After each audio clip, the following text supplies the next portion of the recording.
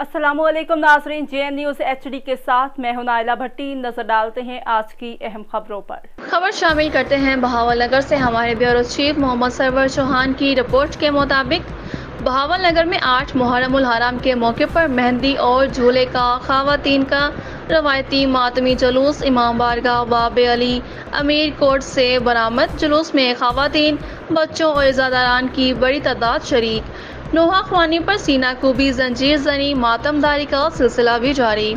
जुलूस अपने रवायती रास्ते पर रवां दवा हैं। जुलूस के रास्ते में पानी, शरबत और दूध की सबीलें भी लगाई गई हैं। सिक्योरिटी के सख्त इंतजामात, भारी नफरी तैनात, जुलूस के रूट पर स्नैपर तैनात, रोड ट्रैफिक के लिए बंद कर दिए गए हैं।